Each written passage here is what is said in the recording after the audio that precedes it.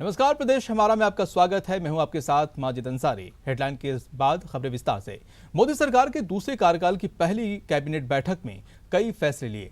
सरकार ने जहां राष्ट्रीय रक्षा कोष के तहत प्रधानमंत्री छात्रवृत्ति योजना में बड़े बदलाव को मंजूरी दी है, जिसके तहत शहीदों के बच्चों को मिलने वाली वजीफे की राशि में वृद्धि की गई है। साथ ही किसानों के हित में किसान सम्मान योजना का दायरा भी बढ़ाया गया है। अब हर किसान को इस योजना के तहत 6,000 रुपए दिए जाएंगे। इसके अलावा प्रधानमंत्री पेंशन योजना के तहत 12 करोड़ किसानों को लाभ भी दिया जाएगा।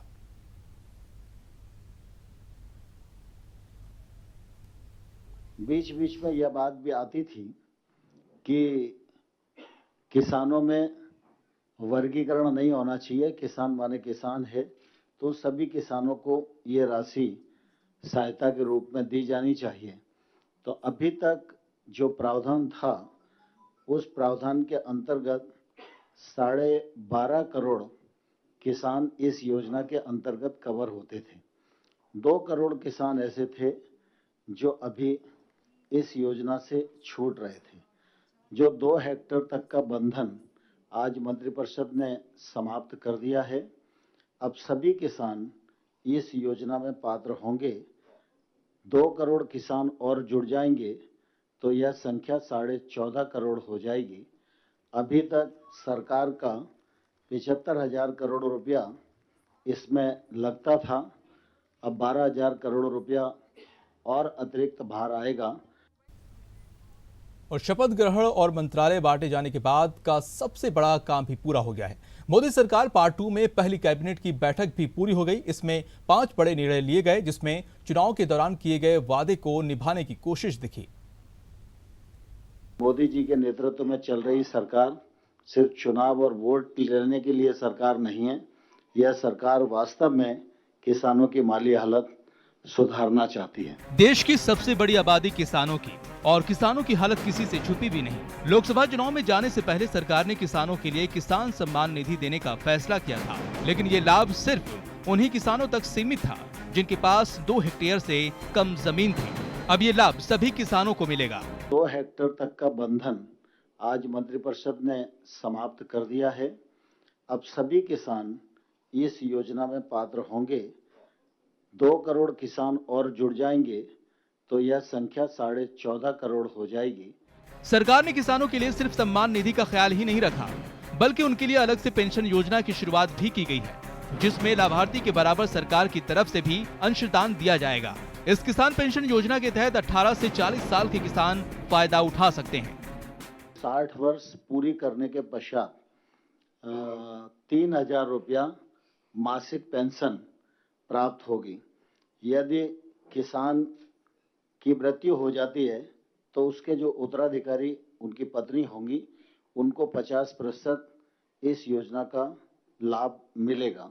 खेती के बाद बात किसानी की। जी हाँ, सरकार ने पहले दिन ही उन किसानों की खैर खबर भी ली जो पशुपालक हैं और टीकाकरण के अभाव में अपने पशु खो देते हैं। अब उनके पशुओं की जान की रक्षा का जिम्मा केंद्र सरकार ने उठाया है। 5 साल में ये बीमारियां खत्म करने का सरकार ने आज एक बड़ा कार्यक्रम हाथ में लिया है। किसानों के बाद बारी आई वैसे दुकानदारों की जो छोटे स्तर पर दुकान चलाकर अपनी जिंदगी बसर करते हैं। ऐसे लोगों के लिए भी सरकार की तरफ से पेंशन योजना की शुरुआत करने का ऐलान किया गया है।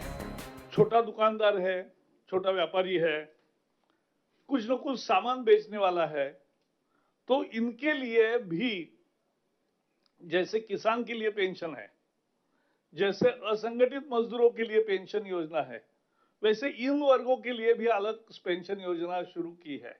सरकार के इस फैसले से 1.5 करोड़ रुपए तक के सालाना टर्नओवर वाले 3 करोड़ छोटे कारोबारियों, दुकानदारों के लिए किसानों की तरह पेंशन योजना शुरू की जाएगी। इससे पहले प्रधानमंत्री नरेंद्र मोदी ने शुक्रवार को पीएमओ में कार्यभार संभालते ही पहला बड़ा फैसला शहीदों के बच्चों की छात्रवृत्ति बढ़ाने का लिया। राष्ट्रीय रक्षा कोष के तहत प्रधानमंत्री छात्रवृत्ति योजना का फायदा अब आतंकी और नक्सली हमलों में शहीद होने वाले पुलिसकर्मियों के बच्चों को भी मिलेगा। इस छात्रवृत्ति योजना के तहत अब छात्रों को 2,000 की जगह 2,500 रुपए प्रति माह और छात्राओं को 2,250 की जगह 3,000 रुपए प्रति माह दिए जाएंगे। साथ ही 1 साल में राज्य पुलिसकर्मियों के 500 बच्चों को स्कॉलरशिप का कोटा रहेगा। इन अहम फैसले के साथ ही संसद के बजट सत्र का भी ऐलान कर दिया गया, जो 17 जून से शुरू होगा। 17 जून से 26 जुलाई तक 40 दिन का और 30 सीटिंग का ये अधिवेशन होगा। इस दौरान पूर्ण बजट पेश किया जाएगा, जिसमें 19 जून को स्पीकर का चुनाव होगा, 20 जून को संयुक्त सत्र को संबोधित करेंगे, 4 जुलाई को आर्थिक सर्वे पेश होगा, तो वहीं 5 जुलाई को बजट पेश किया जाएगा। Bureau report, news 18 network. और चिकित्सा एवं स्वास्थ्य विभाग की बड़ी कार्रवाई, औषधि नियंत्रण संगठन का ई सिगरेट के खिलाफ ये छापेमारी की है टीम। आपको बता दें कि राजधानी के गौरव टावर पर यह कार्रवाई हुई है। बड़ी संख्या पे यहां पर सिगरेट बरामद हुई है, ई सिगरेट। और आपको बता दें कि सीएम ने आज ही प्रदेश में ई सिगरेट पर घोषणा की थी। तो ये बड़ी खबर जयपुर से, जहां पर औषधि नियंत्रण संगठन ने ई सिगरेट के खिलाफ बड़ी कार्रवाई की है। और यहां से आपको बता दें कि राजधानी के गौरव टावर पर यह कार्रवाई करते हुए बड़ी संख्या में ई सिगरेट बरामद किया है। आज ही सीएम ने ई सिगरेट पर एक घोषणा की थी। तो ये बड़ी खबर।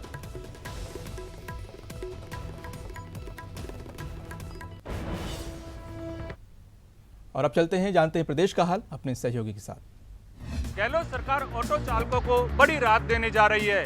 इसके लिए राज्य सरकार प्रीपेड टैक्सी बूथ पॉलिसी बनाएगी। फिलहाल राज्य में ऐसी कोई पॉलिसी नहीं है। परिवहन मंत्री प्रताप सिंह खाचरियावास ने आज सचिवालय में इस संबंध में अहम बैठक की है। बैठक के बाद परिवहन मंत्री प्रताप सिंह खाचरियावास ने कहा कि प्रीपेड सुरक्षित और सस्ता साधन है, इससे ऑटो चालकों को बड़ी राहत मिलेगी। उन्होंने कहा प्रीपेड फंड का उपयोग ऑटो चालकों के कल्याण के लिए किया जाएगा। प्रदेश में ऑटोमेटिक ड्राइविंग ट्रैक बंद किए जाएंगे, क्योंकि पिछली सरकार ने इन्हें भ्रष्टाचार का अड्डा बना दिया था। परिवहन मंत्री ने संकेत दिए कि राज्य सरकार जल्दी नई बसें भी खरीदेगी और इस संबंध में मुख्यमंत्री स्तर पर बातचीत चल रही है। कांग्रेस के सहारे जयपुर की मेयर की कुर्सी तक पहुंचने वाले विष्णु लाटा से अब कांग्रेस के पार्षद ही नाराज रहने लगे हैं। आज जयपुर नगर निगम में हुई कांग्रेस पार्षद दल की बैठक में कुछ ऐसा ही नजारा देखने को मिला। बैठक के बाद कांग्रेस के पार्षदों ने आरोप लगाया कि नगर निगम को सिर्फ 3 लोग चला रहे हैं। जयपुर नगर निगम के जिन कांग्रेस पार्षदों ने 4 महीने पहले भाजपा को सबक सिखाने के लिए भाजपा के जिस बागी पार्षद विष्णु लाटा को मेयर की कुर्सी तक पहुंचाया, अब उसी लाटा की कार्यशैली से कांग्रेस के पार्षद नाराज रहने लगे हैं। जयपुर नगर निगम मुख्यालय में शुक्रवार को ही कांग्रेस पार्षद दल की बैठक में कुछ ऐसी बातें सामने आई। पार्षदों ने नेता प्रतिपक्ष उमर दराज से शिकायत करते हुए कहा कि मेयर विष्णु लाटा को समर्थन देने के बाद वे ठगा सा महसूस कर रहे हैं, उन्हें कोई तवज्जो नहीं दी जा रही है। कांग्रेस पार्षदों ने नाम लिए बगैर आरोप लगाया कि निगम को सिर्फ 3 लोग चला रहे हैं। बैठक से निकलकर नेता प्रतिपक्ष उमर दराज ने नाराजगी से इनकार तो किया, लेकिन साथ में ये भी कह दिया कि मेयर यदि काम नहीं करेंगे तो पार्षदों की सुननी तो पड़ेगी।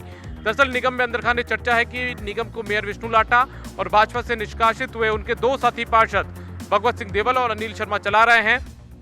गुजरात के मुख्यमंत्री विजय रूपाणी ने प्रधानमंत्री नरेंद्र मोदी के शपथ ग्रहण के बाद आज नाथद्वारा पहुंचकर श्रीनाथ जी के दर पर मत्था टेका और देश भर में भाजपा को मिले अच्छे समर्थन के लिए ठाकुर जी का आभार जताया। गुजरात के मुख्यमंत्री विजय रूपाणी के नाथद्वारा पहुंचने पर राजसमंद विधायक किरण माहेश्वरी, कलेक्टर अरविंद कुमार पोसवाल सहित मंदिर मंडल सीईओ जितेंद्र ओझा ने न्यू कॉटेज में उनका स्वागत किया। कुछ देर विश्राम के बाद वे अपने परिजनों के साथ श्रीनाथ जी मंदिर पहुंचे और राजभोग झांकी के दर्शन किए। दर्शनों के बाद मंदिर परंपरा अनुसार उनका समाधान पत्र करवाकर स्वागत किया गया, जिसमें मंदिर की ओर से माला प्रसाद इकलाई उड़ाया गया। यहां से रवाना होकर वे नाथद्वारा के बाजारों का अवलोकन करते हुए न्यू कॉटेज पहुंचे। मीडिया से बातचीत में उन्होंने कहा कि मोदी के शपथ ग्रहण के बाद वे श्रीनाथ जी का धन्यवाद करने और मत्था टेकने आए हैं, जिनके आशीर्वाद से ऐसी मजबूत समर्थन वाली सरकार बनी है। आज तंबाकू निषेध दिवस पर राजस्थान के मुख्यमंत्री अशोक गहलोत द्वारा गुजरात में शराबबंदी को फेल बताने के सवाल पर रूपाणी ने मुस्कुराकर चुप्पी साधे रखी। नाथद्वारा में दर्शनों के बाद वे सीधे उदयपुर के लिए रवाना हो गए। लोकसभा चुनाव में रिकॉर्ड मतों से जीत के बाद जनता का शुक्रिया अदा करने पहुंच रहे हैं सांसद ओम बिरला। आज पीपलदा विधानसभा क्षेत्र में रोड शो कर जनता का जताया आभार, जन समस्याएं सुनकर समाधान का दिलाया भरोसा। लोकसभा चुनाव में दूसरी बार रिकॉर्ड मतों से निर्वाचित हुए सांसद ओम बिरला मतदाताओं का आभार जताने पहुंच रहे हैं। सांसद बिरला संसदीय पारी की दूसरी शुरुआत होने पर पहली बार पीपलदा विधानसभा क्षेत्र के इटावा कस्बे पहुंचे, जहां बिरला ने रोड शो के जरिए स्थानीय मतदाताओं से मिलकर समर्थन पर आभार जताया, लोगों का अभिवादन स्वीकार किया। इस मौके पर बड़ी संख्या में भाजपा कार्यकर्ताओं और समर्थकों ने बिरला का फूल मालाओं से स्वागत किया। इससे पहले सांसद बिरला ने रामगंज मंडी विधानसभा क्षेत्र के मतदाताओं के बीच भी पहुंचकर जनता का आभार जताया। वहीं कोटा में भी परिणाम आने के बाद से सांसद बिरला को विभिन्न सामाजिक संगठनों द्वारा शुभकामनाएं देने का सिलसिला जारी है। इस दौरान बिरला ने स्थानीय लोगों से जन समस्याएं भी जानी, उनके समाधान का भरोसा भी दिलाया। मानसून के पहले नगर निगम की व्यवस्थाओं के खुलने लगी पोल। आज हुई नगर निगम में सफाई कार्य समिति की बैठक में छाया रहा बरसाती नालों के जाम होने का मुद्दा। उक्त मुद्दे को लेकर पार्षदों ने महापौर और उपमहापौर को घेरे रखा। कल से जून माह की शुरुआत हो रही है, ऐसे में मानसून के आने का समय नजदीक आ गया। बारिश में शहर के नाले ओवरफ्लो ना हो, उसके पहले शहर के बरसाती नाले साफ हो जाएं, ताकि शहरवासियों को बारिश के समय में जलभराव की समस्या का सामना नहीं करना पड़े। यह मुद्दा आज नगर निगम की सफाई कार्य समिति की बैठक में मौजूदा वार्ड पार्षदों ने जोर शोर से उठाया। बैठक में पार्षदों ने आरोप लगाया कि मानसून आने वाला है और अभी तक शहर के बरसाती नाले नगर निगम साफ नहीं करवा पाया। इन आरोपों से पार्षदों ने महापौर उपमहापौर को पूरे समय घेरे रखा। हालांकि महापौर उपमहापौर ने बैठक में मौजूद पार्षदों को भरोसा दिलाया, मानसून के पहले नगर निगम शहर के नालों को साफ कर देगा। भरतपुर की जिला कलेक्टर डॉक्टर आरुषि ए मलिक आज एक्शन में नजर आई। उन्होंने आज सुबह शहर का भ्रमण किया और कई स्थानों पर गंदगी और अतिक्रमण को देखकर अधिकारियों पर नाराजगी जताई। कलेक्टर के अचानक शहर के दौरे से सभी अधिकारी और कर्मचारी सख्ते में आ गए और वह व्यवस्थाओं को सुधारने में जुट गए। कलेक्टर ने बाजार में हो रहे अतिक्रमण को लेकर व्यापारियों के प्रति नाराजगी जताई। शहर के रेलवे स्टेशन बजरिया में फल सब्जी के ठेलों द्वारा अतिक्रमण को देखकर नाराज भी हुई। इसके अलावा शहर में फैली गंदगी को लेकर अधिकारियों पर नाराजगी जताई। उन्होंने नगर निगम के अधिकारियों को साफ सफाई रखने के निर्देश दिए। उन्होंने रेलवे स्टेशन पर पार्किंग की व्यवस्था को भी देखा और बाद में जिला कलेक्टर कुमेरगेट इलाके में पहुंची, जहां पर छतरियों पर लगे बैनर पोस्टरों को हटवाने और उन पर पेंटिंग कराने के निर्देश नगर निगम के अधिकारियों को दिए। नागौर डिस्कॉम की स्पेशल टीम ने आज खिंवसर क्षेत्र के हंसाबाग गांव में बिजली चोरी के खिलाफ बड़ी कार्रवाई को अंजाम दिया। बड़ी संख्या में डिस्कॉम कर्मी व पुलिस का जाब्ता हंसाबाग गांव पहुंचा, जहां पर बिजली चोरों के खिलाफ बड़ी कार्रवाई को अंजाम देते हुए बड़ी मात्रा में बिजली का तार जब्त किया। इसके साथ ही अवैध ट्रांसफार्मर भी जब्त किए हैं। इस मामले में डिस्कॉम ने बिजली चोरी के मामले भी दर्ज किए हैं। जानकारी के अनुसार डिस्कॉम को पिछले कई दिनों से सूचना मिल रही थी कि खिंवसर क्षेत्र के हंसाबाग गांव में बड़े पैमाने पर बिजली की चोरी की जा रही है। इस पर स्पेशल टीम गठित की गई। वहीं पुलिस का जाब्ता भी इस दौरान साथ रहा। स्पेशल टीम व पुलिस ने जब हंसाबाग में दबिश दी तो वहां पर हालात देखकर स्पेशल टीम भी हैरान रह गई। मौके पर इस तरह के हालात मिले कि बड़ी संख्या में जो अवैध रूप से बिजली के खंभे लगाए गए, इसके साथ ही कई किलोमीटर तक अवैध तार भी लगा दिया गया और अवैध ट्रांसफार्मर की मदद से बिजली की चोरी की जा रही थी। जोनल डेवलपमेंट प्लान बनाने के नाम पर राजस्थान के 22 नगरीय निकाय स्वायत्त शासन विभाग के राडार पर। इन नगरीय निकायों ने गलत तरीके से उठाया करोड़ों रुपए का भुगतान। प्रारंभिक जांच पूरी होने के बाद श्री डूंगरगढ़ नगर पालिका के 5 अधिकारियों को स्वायत्त शासन विभाग ने किया निलंबित। अब बाकी बचे अधिकारियों पर चल रही है जांच की कार्रवाई।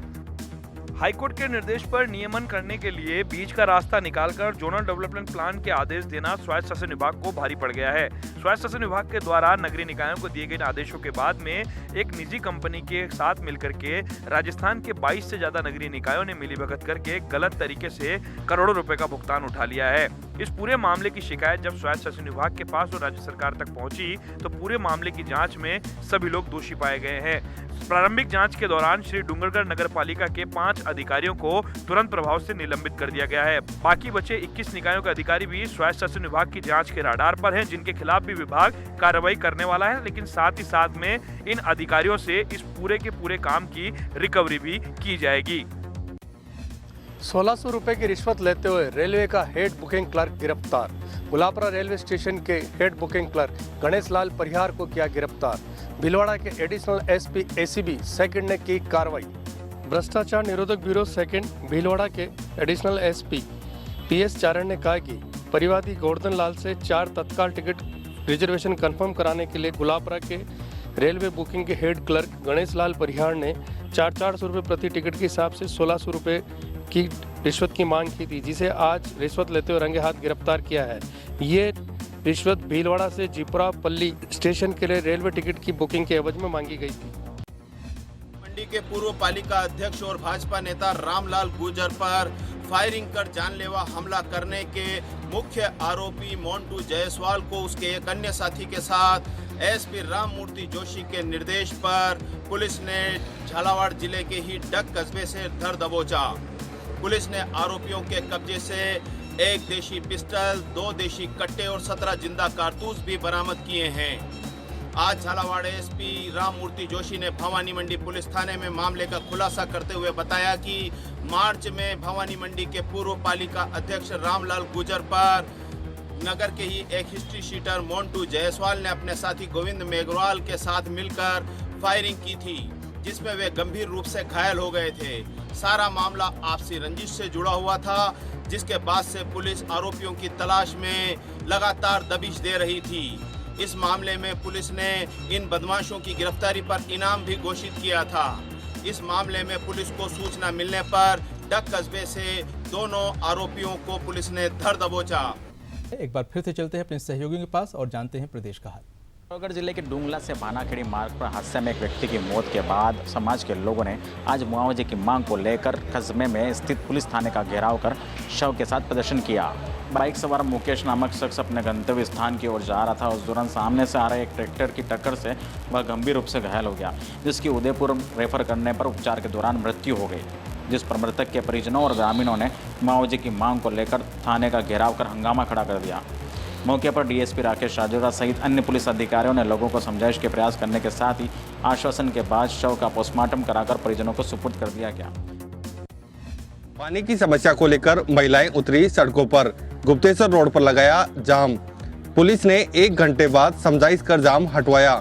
कबीर नगर में पिछले 20 वर्षों से नलों से नहीं आ रहा पानी, कभी कभार टैंकर भिजवाकर इतिश्री कर लेता है जलदाय विभाग। गर्मी अपने पूरे परवान पर है और दौसा की जनता पानी की एक एक बूंद के लिए मोहताज है। पानी की समस्या के लिए अब कानून व्यवस्था भी बिगड़ने लगी है। आज दौसा शहर के कबीर नगर की महिलाएं आक्रोशित हो गई और सड़कों पर उतर गई। महिलाओं ने गुप्तेश्वर रोड पर जाम लगा दिया। दर्जनों की संख्या में महिलाएं पहले जलदाय विभाग पहुंची थी, लेकिन वहां अधिकारियों ने उनकी समस्या को नहीं सुना और महिलाओं को ऑफिस में छोड़कर अधिकारी चले गए, जिसके कारण महिलाएं आक्रोशित हो गई और वे गुप्तेश्वर सर्किल पर पहुंच गई, जहां जाम लगा दिया। जाम से सड़क के दोनों ओर वाहनों की लंबी कतारें लग गई। जाम की सूचना पर पहुंची कोतवाली थाना पुलिस ने पहले महिलाओं से समझाइश की, लेकिन महिलाएं मौके पर ही जलदाय विभाग के अधिकारियों को बुलाने की मांग पर अड़ गई। इस पर कोतवाली पुलिस ने महिलाओं को धमकाकर जाम खुलवा दिया। महिलाओं का आरोप है कि कबीर नगर में पिछले 20 वर्षों से नलों से पेयजल की आपूर्ति नहीं की जा रही है। राजधानी जयपुर के हसनपुरा इलाके में आज आग लगने के चलते हड़कंप मच गई। दरअसल दोपहर 2 बजे कबाड़ के गोदाम के बाहर रखे कुछ सामान में आग लग गई, जिसके चलते आसपास के क्षेत्र में अफरा तफरी का माहौल हो गया। राजधानी जयपुर के हसनपुरा इलाके में रावल जी का बंदा में कबाड़ के गोदाम में भीषण आग लग गई। देखते ही देखते आग ने भीषण रूप ले लिया। आग लगने से इलाके में धुआं ही धुआं फैल गया। स्थानीय लोगों की सूचना के बाद आधा दर्जन दमकलों की गाड़ियां मौके पर पहुंची और करीब 1 घंटे से भी अधिक समय में कड़ी मशक्कत के बाद आग पर काबू पाया। प्रारंभिक जांच में सामने आया कि आग शॉर्ट सर्किट के कारण लगी है। वहीं आग ने आसपास के घरों को भी चपेट में ले लिया। गनीमत रही कि आग लगने के तुरंत बाद घर में मौजूद लोगों ने तत्काल सूचना दी, जिसके चलते कोई बड़ा नुकसान नहीं हुआ। हालांकि आग लगने के चलते कबाड़ में रखे सामान जलकर खाक हो गए। फिलहाल सदर थाना पुलिस पूरे मामले की जांच में जुट गई है। लूट और चोरी की वारदातों को अंजाम देने वाले गिरोह का हुआ पर्दाफाश। गिरोह के 2 शातिर बदमाशों को पुलिस ने किया गिरफ्तार। आधा दर्जन से ज्यादा वारदातों का हुआ खुलासा। अजमेर की केकड़ी पुलिस ने लूट और चोरी की वारदातों में शामिल 2 शातिर बदमाशों को पकड़ने में सफलता हासिल की है। साथ ही एक नाबालिग को निरुद्ध किया है। थानाधिकारी जीवन गोदारा ने बताया कि पिछले दिनों इलाके में लूट की एक वारदात हुई, जिसके बाद पुलिस लगातार बदमाशों को पकड़ने की कोशिश में थी। आज मुखबिर ने सूचना दी कि 3 जने शहर में एक मोटरसाइकिल पर हैं और किसी वारदात को अंजाम देने की फिराक में हैं। सूचना पर पुलिस ने तीनों बदमाशों को मौके से गिरफ्तार कर लिया। पकड़े गए बदमाशों में राजू बेरवा और कालूराम शामिल है, जो बोराड़ा इलाके के रहने वाले हैं। पूछताछ में दोनों ने अलग अलग थाना क्षेत्रों में लूट और चोरी की आधा दर्जन से ज्यादा वारदातें करना कबूल किया है। पूरा प्रदेश इन दिनों भीषण गर्मी की चपेट में है। दिन निकलने के साथ ही आसमान में सूरज आग बरसाने लगता है, जिसके कारण लोगों का घर से बाहर निकलना मुश्किल हो गया है। इसका सीधा असर बाजार और व्यापार पर पड़ रहा है। दिन में ग्राहक बाजार में नहीं आते, इसके कारण खरीदारी नहीं हो रही। ऐसे में व्यापारियों ने जिला प्रशासन से मांग की है कि शाम को दुकानें खुली रखने के वक्त में इजाफा किया जाए। फिलहाल राजधानी जयपुर में शाम को 8:30 बजे तक ही दुकानें खुली रखने की अनुमति है। इसमें व्यापारियों ने 2 घंटे का इजाफा करने की मांग की है। इस गर्मी का पर्यटन उद्योग पर भी सीधा असर पड़ रहा है। दिसंबर की तुलना में फिलहाल पर्यटकों की संख्या 3 गुना तक कम हो गई है। पर्यटक दिन भर होटलों में दुबके रहते हैं और इसके बाद सुबह या शाम ही बाहर निकल पाते हैं। ऐसे में कई पर्यटकों ने मांग की है कि जयपुर के ऐतिहासिक पर्यटक स्थलों को शाम को भी खुला रखा जाए। फिलहाल रुकते हैं छोटे से ब्रेक के लिए।